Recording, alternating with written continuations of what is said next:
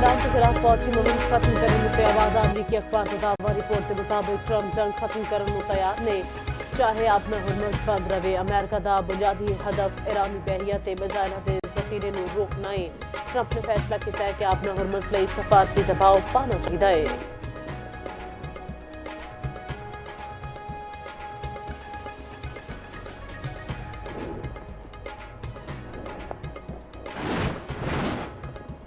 Iran में मुज़ाकरात मस्बत समत वल जा रहे हैं। ईरान ने कुछ अमरीकी नकात मन लै। ट्रंप 6 अप्रैल तो पहले मुआहिदा चाहते ने।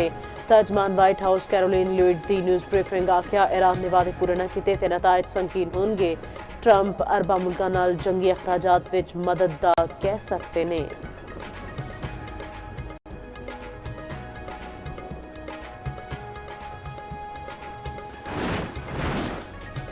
सऊदी अरब का एहतराम करदियां ईरानी कार्रवाइयां दुश्मन कुव्वतां के खिलाफ ने। ईरानी वज़ीर ख़ारजा अब्बास आरागची आखते ने वेला आ गया है कि अमरीकी फोर्सेस खित्ते तो निकल जान। दूजे पासे ईरानी सिक्योरिटी कमीशन की आपने हुरमस विच जहाज़ों उत्ते टैक्स लाने की मंजूरी दे दी।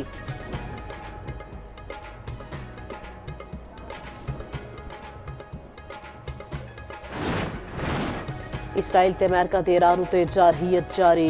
हुरमज़गान विच कार्गो कश्ती उत्ते हमले विच 8 अफराद शहीद। बुश शहर विच कई धमाकियां दियां आवाज़ां सुनियां गईयां। असफहान तबरेज़ ते शहर रज़ा विच भी धमाकियां दियां इतलात। बंदर अब्बास एयरपोर्ट के नेड़े भी जोरदार धमाके।